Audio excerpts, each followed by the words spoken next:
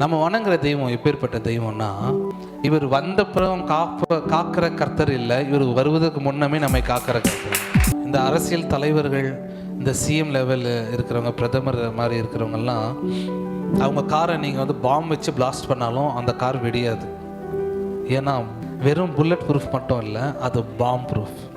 நீ என்னதான் பாம்பு போட்டாலும் அங்கே அந்த காரில் இருக்கிற சின்ன கண்ணாடி கூட உடைக்க முடியாது.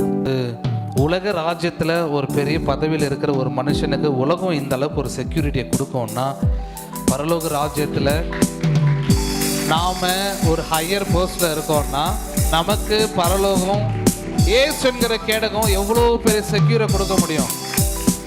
ஒரு வைரஸும் நம்மளை அட்டாக் பண்ண முடியாது, ஒரு பலவீனமும் நம்மளை தொட முடியாது, ஒரு வியாதியும் இல்லை, ஒரு முடக்குவாதமும் இல்லை, எந்த வித சிக்னஸும் இல்லை.